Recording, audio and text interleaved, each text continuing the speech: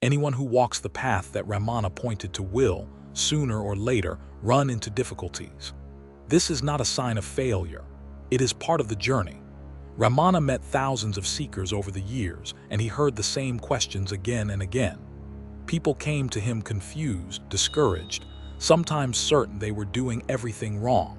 He answered them with patience, and from his answers we can gather a kind of quiet map of the usual obstacles, so that we recognize them when they appear in us.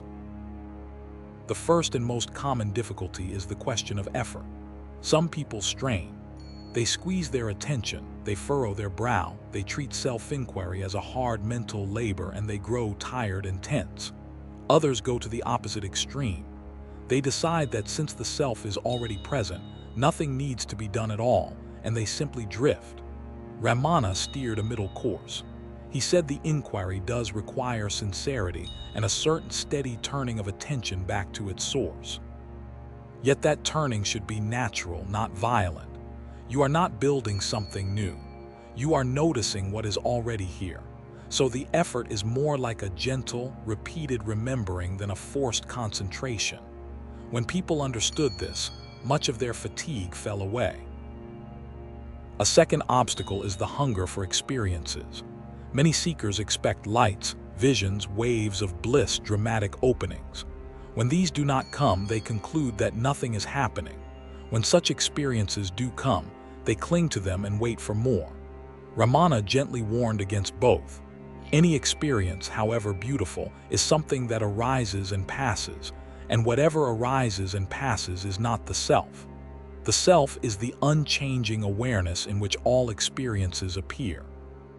So chasing experiences is, in a way, chasing the wrong thing. The real progress is quieter. It looks like less agitation, more peace, a loosening of the grip of the ego. It rarely announces itself with fireworks. Closely tied to this is impatience. We live in a hurry and we want results. People asked Ramana how long it would take, as though liberation were a course with a fixed timetable. He would turn the question around. Who is it, he asked, that wants the result quickly? It is the same ego whose dissolution is the whole point. The impatience itself belongs to the very self that inquiry is meant to question. Ramana counseled patience, not as passive waiting, but as trust. Keep returning to the inquiry day after day without demanding a deadline. The ripening happens in its own time, often when we have stopped measuring. Then there are the doubts of the mind. The mind is clever and it loves to debate. It asks, is this method really right for me? Would another path be better? Am I capable of this at all? Ramana noticed that these doubts are themselves thoughts, and like all thoughts they have an owner, the I that doubts. So even the doubt can be turned into fuel. Instead of arguing with the doubt, ask to whom the doubt has come. This brings attention back to the source and lets the doubt dissolve along with every other thought. Ramana did not ask people to have blind faith. He asked them to test the inquiry honestly and to let their own experience answer their questions. A subtler misunderstanding concerns the role of grace. Some seekers believed that everything depended on their own effort and they became proud or anxious. Others believed that they could do nothing and must simply wait for grace to fall upon them. Ramana held both together without contradiction. Make the effort, he said, and the grace is always there. In fact, the very wish to seek the self is already grace at work. The sun is always shining. Our part is only to turn and face it. The seeker's effort and the help that meets it are not two opposing forces. They are one movement, seen from two sides. There is also the common error of looking for the self as if it were an object, somewhere out there, to be found and grasped. People expected to see the self, to perceive it, to possess it. But the self is not something you can stand apart from and observe.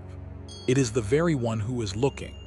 You cannot find it as an object because you are it as the subject. This single misunderstanding causes a great deal of frustrated searching, and seeing through it brings enormous relief.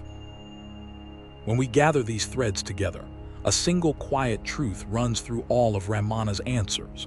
Almost every obstacle on this path is, in the end, the ego defending itself in a new disguise.